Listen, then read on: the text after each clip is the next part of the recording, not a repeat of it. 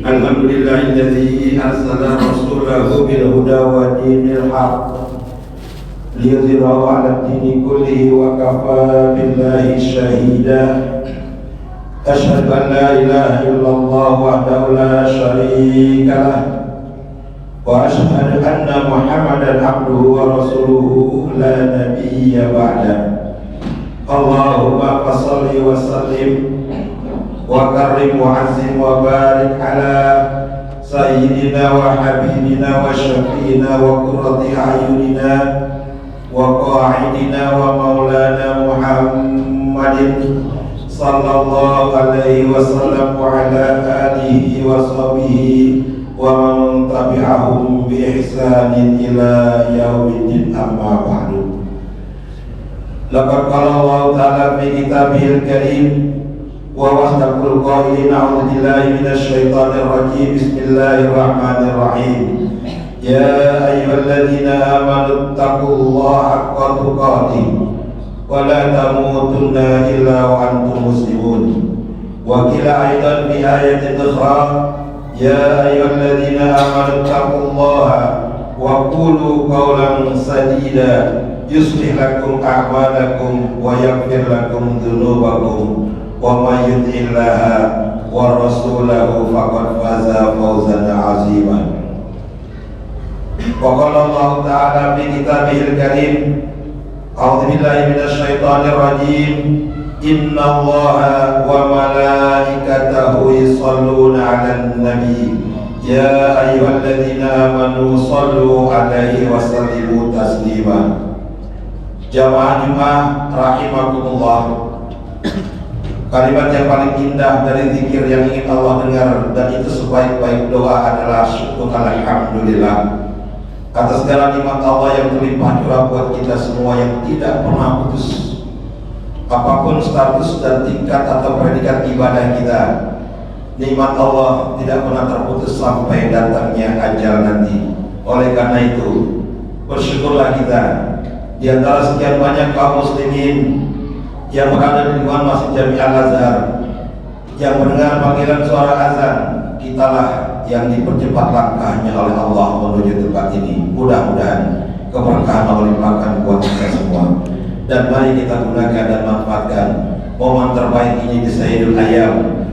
Khatib untuk diri sendiri, kepada jamaah sekalian, mari sama-sama kita tingkatkan ketakwaan kepada Allah Subhanahu wa ta'ala. Mudah-mudahan kualitas takwa kita pada Jumat kali ini dan seterusnya jauh lebih baik daripada takwa-takwa sebelumnya.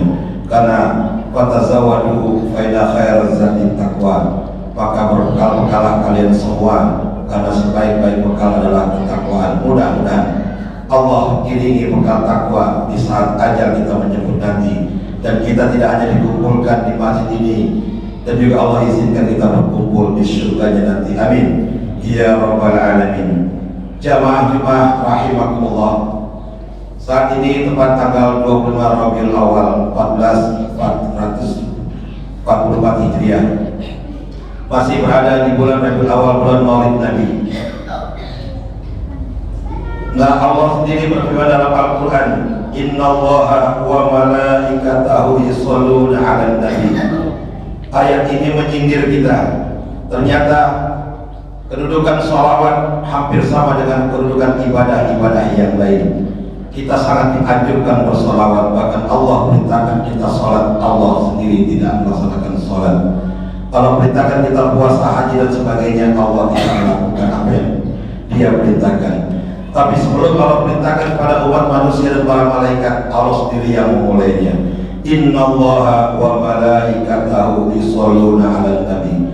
Dan sesungguhnya Allah dan para malaikatnya bersolawat kepada Nabi Muhammad SAW.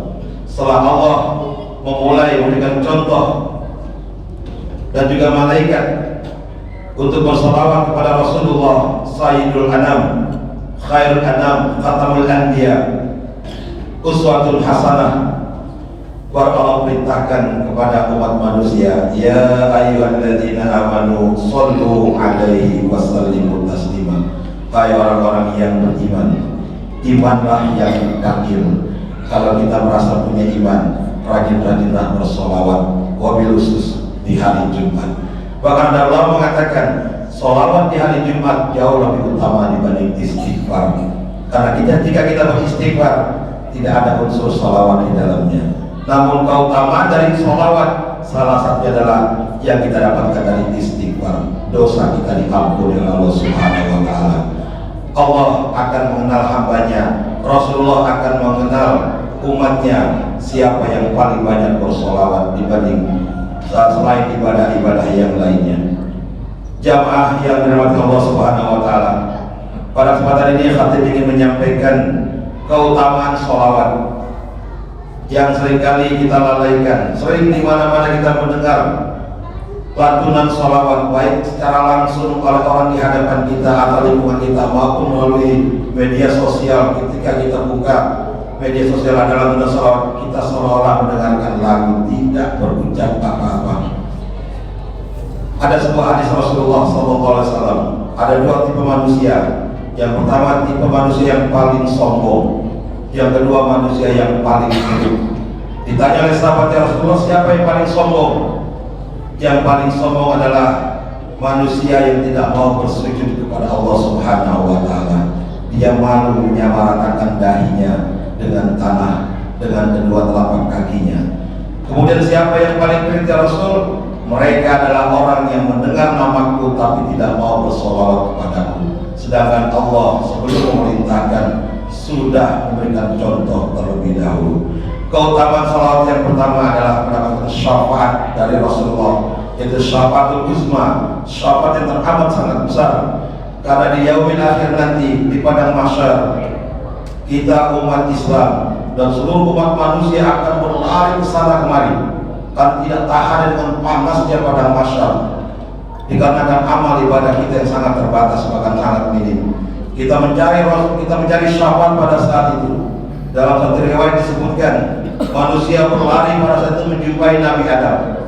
Kemudian kita berkata, ya Abal Bashar, wahai bapaknya para manusia, Nabi Allah Adam, berikan kami syafaat pertolongan. Kami tidak tahan lagi di padang mahsyar karena kami lalai dalam beribadah. Tolong berikan kami pertolongan, berikan kami syafaat. Namun Nabi Adam menolak. Aku tidak berhak dengan syafaat pada kalian. Kenapa wahai Nabi Adam? Karena aku telah melanggar perintah Allah. Wala taqrabu hadhihi syajarah. Aku dikeluarkan dari surga. Sehingga Nabi Adam berdoa, Rabbana zalamna anfusana wa illam taghfir lana wa tarhamna lanakunanna minal khasirin. Aku telah melanggar perintah Allah. Pergilah engkau kepada Nabi Nuh. Dia mungkin yang lebih berhak memberikan syafaat. Berangkat kita semua ke Nabi Nuh. Wahai Nabi Nuh, berikanlah kami syafaat. Wahai Nabi Nuh, kami sudah tidak tahan lagi. Apa jawaban Nabi Nuh? Wahai manusia, saya tidak berhak karena saya telah mendoakan umat saya untuk diazab. Oleh karena itu setelah Nabi Nuh berdoa tersebut, Allah perintahkan membuat kapal agar bisa mengangkut hewan-hewan secara berpasang-pasangan dan juga manusia-manusia yang bertakwa kepada Allah Subhanahu wa Ta'ala. Berangkatlah engkau kepada Nabi Musa, mungkin dia lebih berhak. Kita berangkat semua kepada Nabi Musa alaihissalam. Nabi Musa mengatakan, tidak, aku telah berdosa kepada Allah Subhanahu wa Ta'ala. Aku telah membunuh salah satu suku yang berseteru dengan kaumku. Itu dosa yang sangat besar bagiku, walaupun itu sudah diampuni oleh Allah Subhanahu wa Ta'ala. Aku tidak berhak dengan sholawat. Kemudian berangkatlah kepada Nabi Ibrahim. Mungkin Nabi Ibrahim lebih layak ketika sampai Nabi Ibrahim. Wahai Nabi Ibrahim, Anda Khalilullah, kau adalah kekasih Allah. Berikanlah kami syafaat. Tidak bisa, aku sudah berbohong.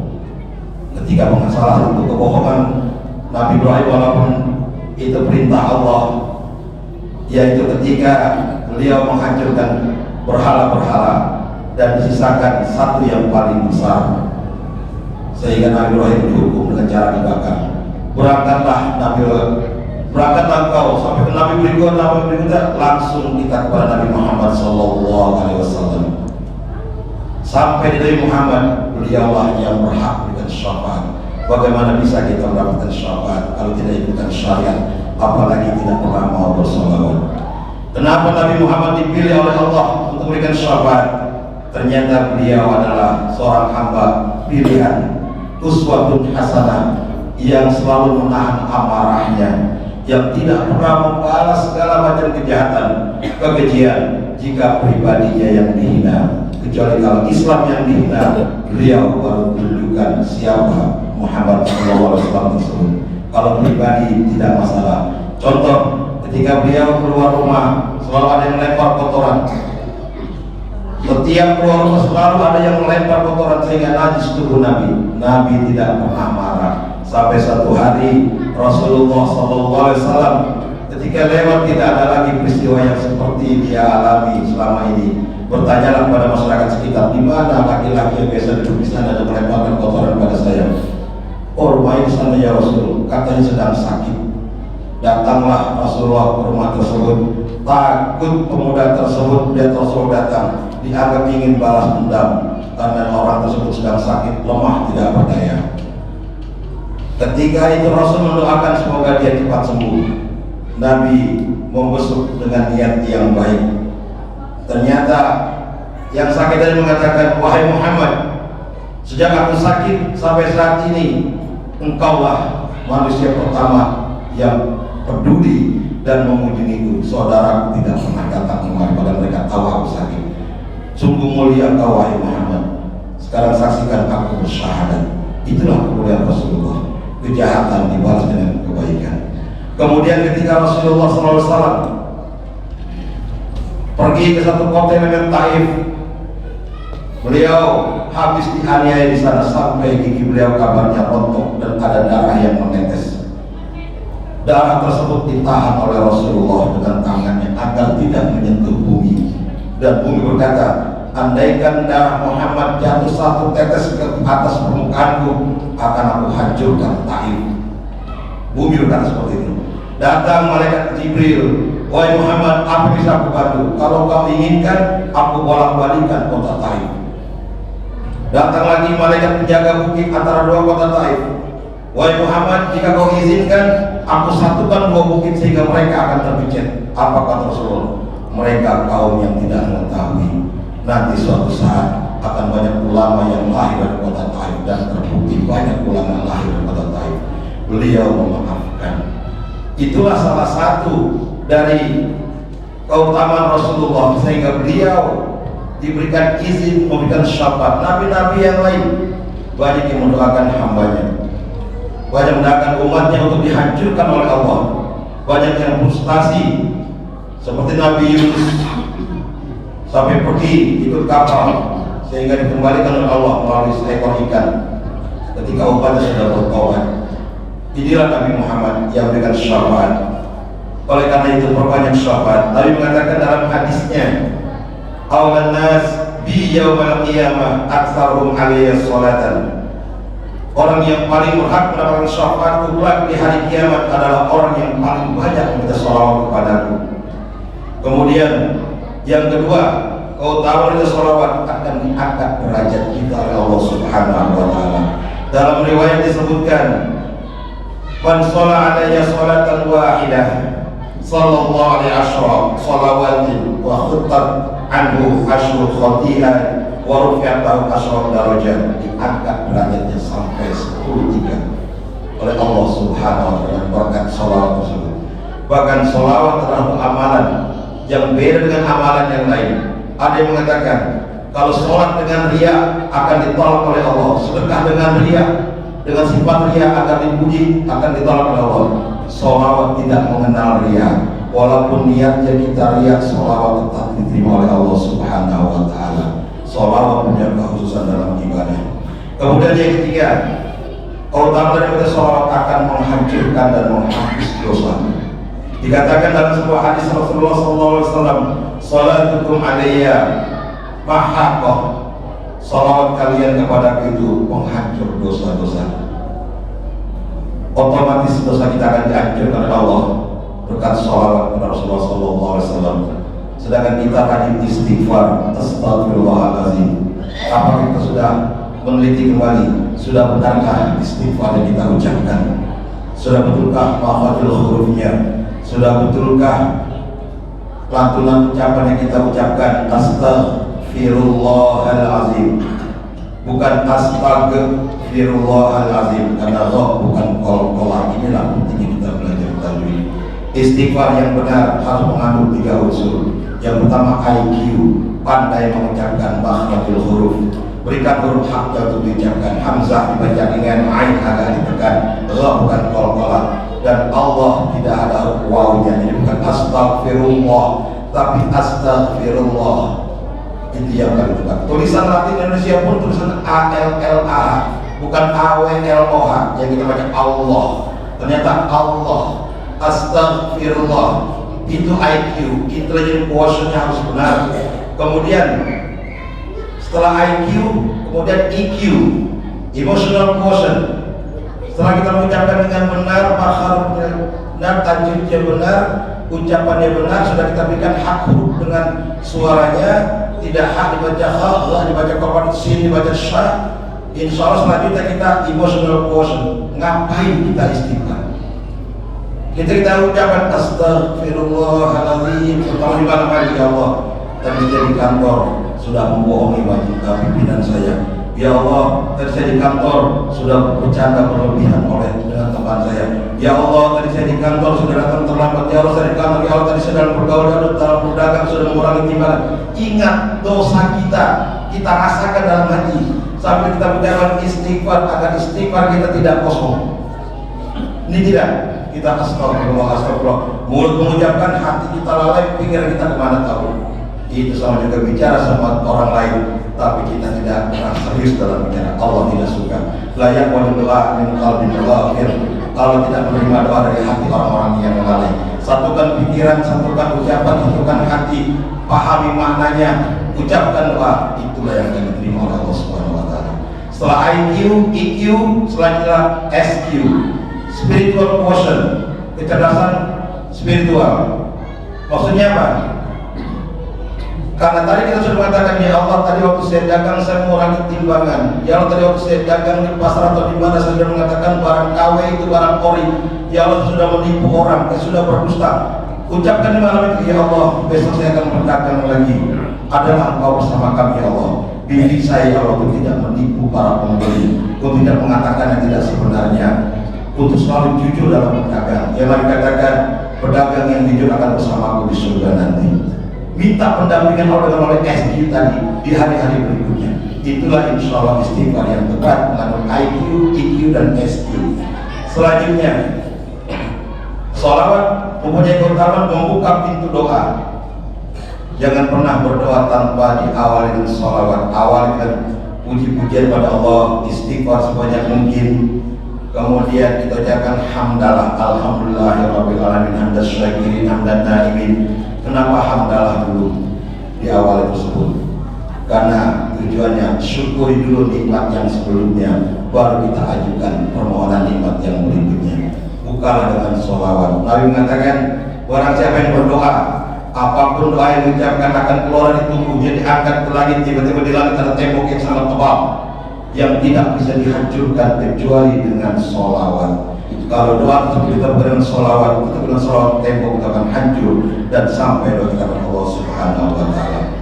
Di sini disebutkan, tiadalah sebuah doa terkecuali di antara doa tersebut dan langit ada hijab hingga dibacakan sholawat untukku. Ketika dibacakan sholawat untukku, maka terbukalah hijab tersebut dan diangkatlah doa. Dan yang kelima, keutamaan sholawat, hajatnya dikabulkan Allah Subhanahu wa taala. Barang siapa yang bersolawat 100 kali dalam sehari, maka Allah menunaikan 100 hajatnya, 70 untuk hajat akhiratnya dan 30 hajat dunianya. Dan selanjutnya akan dimohonkan ampun oleh malaikat. Jamaah, kalau sudah malaikat yang mendoakan, kalau sudah malaikat yang memohonkan ampun, otomatis dikabulkan oleh Allah. Karena malaikat orang makhluk yang ahli ibadah. Malaikat tidak punya hawa nafsu yang berbuat maksiat seperti manusia. Akan diampuni dosanya dengan doa dari atau permohonan dari para malaikat. Di sini disebutkan dalam ayat Nabi sallallahu alaihi wasallam, "Man shalla alayya sholatan lam tazalil malaikatu tusalli alaihi ma shalla alayya." Dari Abdullah ibnu Amir Ibnu Rabi'ah menceritakan hadis berikut dari ayahnya yang menceritakan bahwa dia pernah mendengar Nabi Muhammad SAW bersabda, barang siapa yang mengucapkan salawat untukku, maka para malaikat terus menerus memohonkan ampunan buatnya selama dia masih membaca salawat. Karena itu hendaklah seseorang membaca salawat baik sedikit ataupun banyak. Yang ketujuh, jamaah sekalian, ini yang terakhir, keutamaan salawat akan diberi kembali salawat 10 kali oleh Allah Subhanahu wa Ta'ala. Sekali kita ucapkan salawat Allahumma sholli ala Muhammad wa ala ali Muhammad, atau dengan ucapan sayyidina Allahumma sholli ala sayyidina Muhammad wa ala ali sayyidina Muhammad, silakan. Ucapan sayyidina masih dalam perdebatan, ya, boleh kita ucapkan Allahumma sholli ala sayyidina Muhammad atau Allahumma sholli ala Muhammad. Satu kali dikatakan man sholla alayya wahidah sallallahu alaihi asyram, barang siapa yang bersalawat kepadaku sekali, maka Allah memberi salawat untuknya 10 kali. Jamaah, ketika kita bersalawat kepada Rasulullah, Allah membalas 10 kali. Sekali salawat kita, untuk apa Allah bersalawat buat kita? Apa maksudnya? Di sini disebutkan salawat jika datangnya dari Allah Subhanahu wa Ta'ala diartikan sebagai pemberian rahmat dari Allah. Salawat bisa mengundang rahmat. Jangan pernah berharap masuk surga dengan ibadah Jum'ah, ibadah 5 waktu, sedekah dan sebagainya. Kita ibadah apapun dalam rukun Islam tersebut bukan untuk mencari tiket masuk surga. Tujuannya satu, mensyukuri nikmat Allah Subhanahu wa Ta'ala. Jika nanti kita di akhirat ada yang masuk surga, itu karena keadilan, karena Allah berikan rahmatnya. Jika nanti ada yang masuk neraka, itu karena keadilan Allah Subhanahu wa Ta'ala. Salawat jika datang dari Allah diartikan sebagai pemberian rahmat. Kemudian jika datang dari malaikat, maka hal itu berarti meminta ampunan. Serta jika dari kaum mukmin kita baca salawat kepada Nabi Muhammad, Allahumma sholli ala sayyidina Muhammad wa ala ali sayyidina Muhammad, itu maknanya sebagai doa agar diberi rahmat. Jamaah yang Allah SWT, mudah-mudahan dengan membahasakan ini baik hati maupun jamaah sekalian sampaikan kepada yang lain bahwa sungguh ajaib keutamaan salawat dibanding selain kita beribadah ibadah yang lain. Ucapkan salawat, tulislah salawat, pertahankanlah terus bersalawat Rasulullah, khusus dia di Jumat. Minimal ucapkan satu hari 10 kali sebagai zikir kita. Syukur-syukur bisa lebih banyak dalam ibadah kita kepada Allah Subhanahu wa Ta'ala. Semoga Allah Subhanahu wa Ta'ala senantiasa membimbing kita untuk menjadi insan yang gemar bersalawat dan menjalankan syariat Islam sesuai dengan petunjuk Rasulullah yang diarahkan Allah Subhanahu wa Ta'ala. Amin amin ya rabbal alamin. A'udzubillahi minasyaitonir rajim. Bismillahirrahmanirrahim. Wal 'asri innal insana lafi khusr illa alladziina amanu wa 'amilus shalihaati wa tawassaw bil haqqi wa tawassaw bis sabr. Barakallahu li wa lakum fil Qur'anil azim wa nafa'ani wa iyyakum bima fihi minal ayati wa dzikril hakim wa taqabbalallahu minni wa minkum tilawatahu innahu was-sami'ul 'alim.